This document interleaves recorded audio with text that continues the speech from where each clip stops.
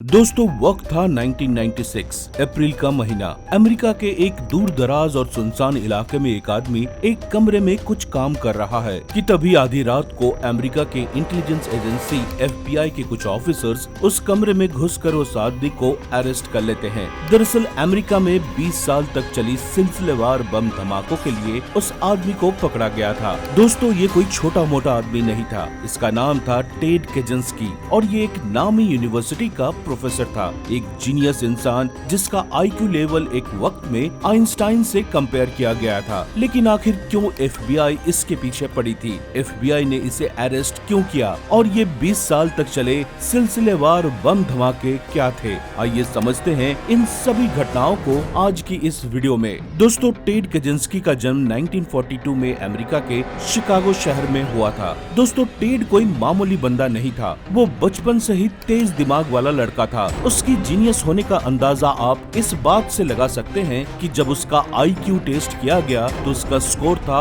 167, जबकि 130 IQ score वाले लोगों को मोस्ट इंटेलिजेंट पीपल में गिना जाता है। पर टेड का स्कोर इससे कई गुना ज्यादा होने की वजह से उसे न्यूटन और आइंस्टाइन के साथ कंपेयर किया गया। अपने अद्भुत जीनियस ब्रेन की वजह से टेड को महज 16 साल की उम्र में ही हार्वर्ड यूनिवर्सिटी से स्कॉलरशिप मिल गई थी, जहां से उसने अपनी ग्रेजुएशन कंप्लीट की। इसके बाद टेड मैथमेटिक्स में मास्टर्स और PhD करने मिशिगन यूनिवर्सिटी चला गया। दोस्तों अपने कॉलेज करियर में टेड हर एग्जाम्स में फर्स्ट आता, लेकिन उसके बाद भी उसे किसी तरह की खुशी महसूस नहीं होती थी। उसे लगता था कि उसके द्वारा दिए गए सभी एग्जाम्स बहुत इजी हैं और वो इससे भी ज्यादा बेहतर कंपटीशन की उम्मीद रखता था। उसी दौरान टेड ने अपने मेंटर के गाइडेंस में मैथमेटिक्स पर ऐसा रिसर्च पेपर तैयार किया जिसे पूरी दुनिया में 1000 से भी कम लोग समझ सकते थे। इन रिसर्च पेपर्स के बलबूते पर टेड को बर्कली यूनिवर्सिटी में असिस्टेंट प्रोफेसर की नौकरी मिल गई। इसके बाद टेड कैलिफोर्निया शिफ्ट हो गया। कुछ वक्त तक प्रोफेसर की जॉब करने के बाद टेड ने एक दिन अचानक यूनिवर्सिटी से रिजाइन दे दिया और वो किसी को बिना कुछ बताए गायब हो गया। दोस्तों दरअसल टेड ने लिंकन सिटी के जंगलों के पास एक घर बनाया। ये जगह शहर और बाहरी दुनिया से इतना दूर था कि वहाँ पर पानी और इलेक्ट्रिसिटी जैसी बेसिक सुविधाएं भी नहीं थी। इस सुनसान लोकेशन में टेड जैसा जीनियस बंदा कुछ ऐसा करने वाला था जिसकी खबर पूरी अमेरिका को नहीं थी। इस वीरान लोकेशन से टेड ने कुछ खतरनाक घटनाओं को अंजाम दिया, जिसकी शुरुआत हुई 25 मई 1978 से, जब यूनिवर्सिटी ऑफ इलिनॉय के पार्किंग लॉट में एक व्यक्ति को स्टैम्प्ड पैकेज मिला। उस पैकेज पर रिटर्न एड्रेस में यूनिवर्सिटी के प्रोफेसर बेकली क्राइस्ट का नाम लिखा था।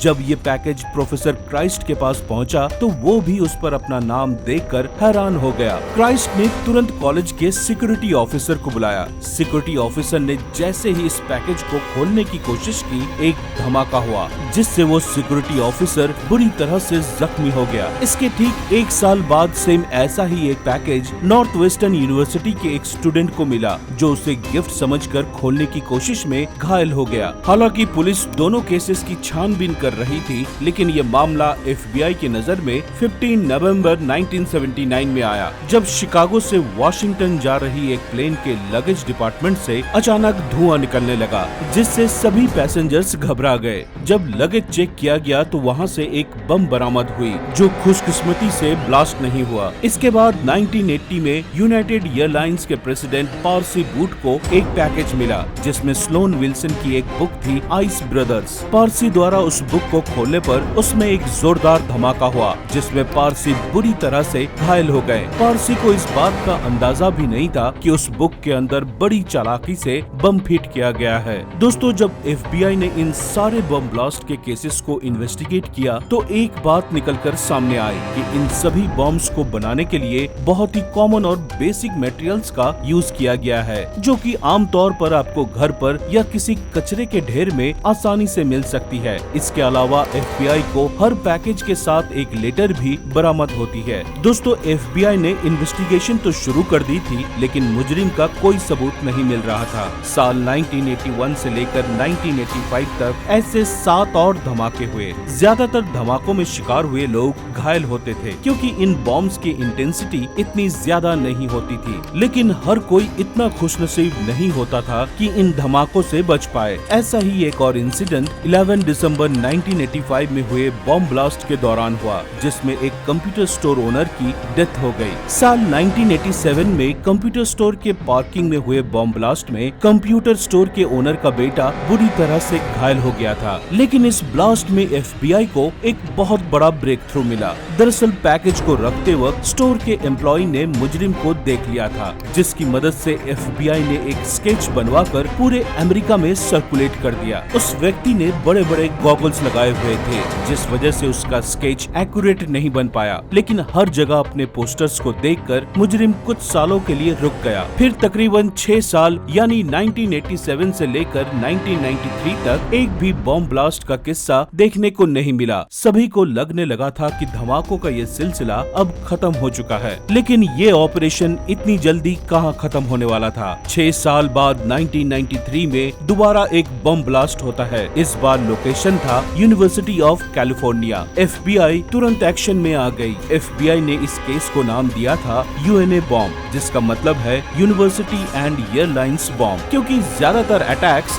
यूनिवर्सिटी, एयरलाइंस या कंप्यूटर स्टोर्स में हो रहे थे। इस केस को लेकर मीडिया ने भी बड़ी तेजी से आग पकड़ी और इन ब्लास्ट के पीछे मुजरिम को नाम दिया UNA बॉम्बर। जून 1993 में एक computer scientist packaged bomb blast का शिकार हुआ, जिसमें उसने अपनी कई उंगलियां खो दी। दिसंबर 1994 में एक्सन ऑयल कंपनी के एक एडवर्टाइजिंग एग्जीक्यूटिव पर हमला हुआ, जिसमें उसकी मौत हो गई। ब्लास्ट की जगह से एक लेटर मिला, जिसमें लिखा था कि उसे एक्सन ऑयल कंपनी के साथ काम करने की सजा मिली है। उसी साल कैलिफोर्निया के फॉरेस्ट्री ऑफिसर के प्रेसिडेंट पर भी हमला हुआ, जिसमें वो बुरी तरह से जख्मी हो गया। दोस्तों, इन सिलसिलेवार बॉम्ब धमाकों को हुए सालों बीत गए, पर अभी तक FBI के पास अपराधी को लेकर कोई खास जानकारी नहीं थी। FBI ने बॉम्ब ब्लास्ट और विक्टिम्स के बीच में कनेक्शंस ढूंढने की भी कोशिश की, लेकिन इसमें भी वो नाकामयाब रहे। फिर एक दिन अचानक 1994 में सभी बड़े न्यूज पब्लिकेशंस के पास 35,000 वर्ड्स का एक मैनिफेस्टो आया,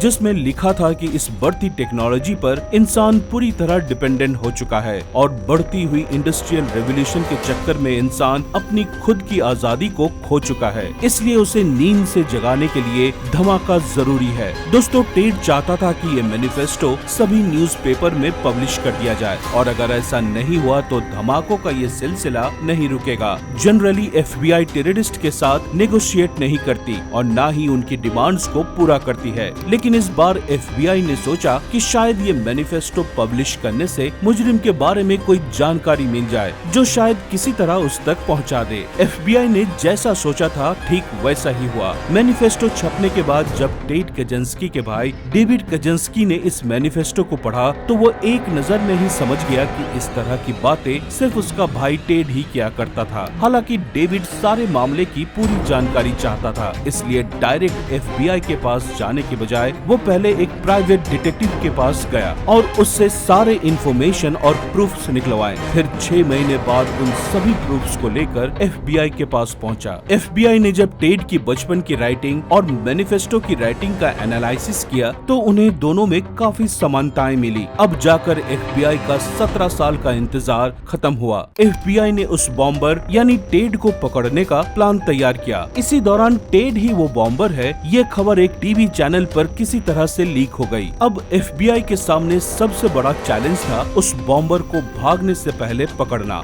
FBI तुरंत लिंकन सिटी की जंगलों की ओर चल पड़ी और कुछ घंटे छानबीन करने के बाद आखिर उन्हें टेड का घर मिल ही गया। जब FBI घर के अंदर पहुंची तो टेड अपने अगले मिशन की तैयारी में लगा हुआ था। टेड के घर से सभी ब्लास्ट के ब्लूप्रिंट्स के साथ साथ बम बनाने का 40,000 वर्ड्स में लिखा हुआ फॉर्मूला, बम बनाने वाले हथियार और ग्लव्स जैसे कई चीजें बरामद हुई। FBI ने इस जगह को जैसे का तैसा अपनी एक म्यूजियम में आज भी स्टोर करके रखा है। 4 मई 1998 को टेड ने अपने सारे गुनाह कोर्ट में कबूल कर लिए, जिसके बाद कोर्ट ने उसे आजीवन कारावास की सजा दी। दोस्तों, जो बात लोगों को हैरान कर रही थी वो ये थी कि टेड जैसा जीनियस आदमी के साथ ऐसा क्या हुआ होगा जो उसे टेररिस्ट बनने में मजबूर कर दिया।